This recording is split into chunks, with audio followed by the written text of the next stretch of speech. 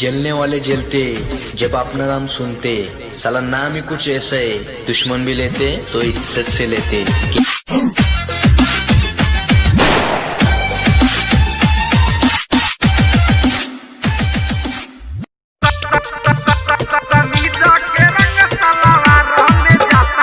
होली है डीजे कंचन राज मुजफ्फरपुर।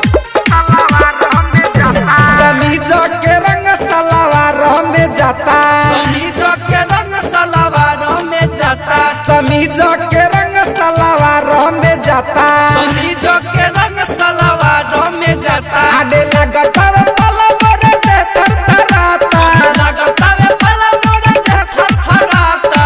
काहे न जीजा जी रउआ बुझाता, काहे न जीजा जी रउआ बुझाता। कमीजों के रंग सलवार में जाता।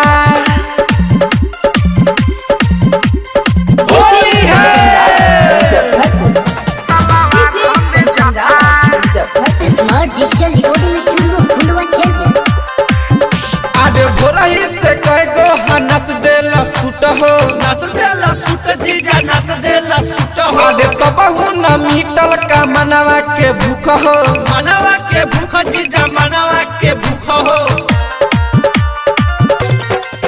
आडे भोरही से कई गो नस देला सूट हो, तबहु न मीटल का मनवा के भूख हो। देखी के जीजा जी दीदी खिसियाता, देखी के जीजा जी दीदी खिसियाता। कमीज के रंग सलवार में जाता,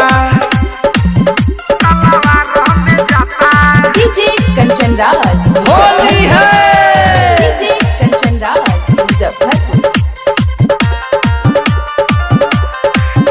आडे मुन्ना माही जीजा जनी खिसियाई, जनी खिसियाई जीजा जनी खिसियाई। आडे यादव ब्रिज के संगे बनी लाइल, संगे बनी लाइल हो संगे बनी लाइल। आडे मुन्ना माही जीजा जनी खिसियाई, यादव ब्रिज के संगे बनी लाइल। अब बिकिया मिंटू के कुछ ना बुझाता, बिकिया मिंटू के कुछ ना बुझाता। कमीज के रंग सलवार में जाता। स्मार्ट डिजिटल रिकॉर्डिंग स्टूडियो फुलवा चल।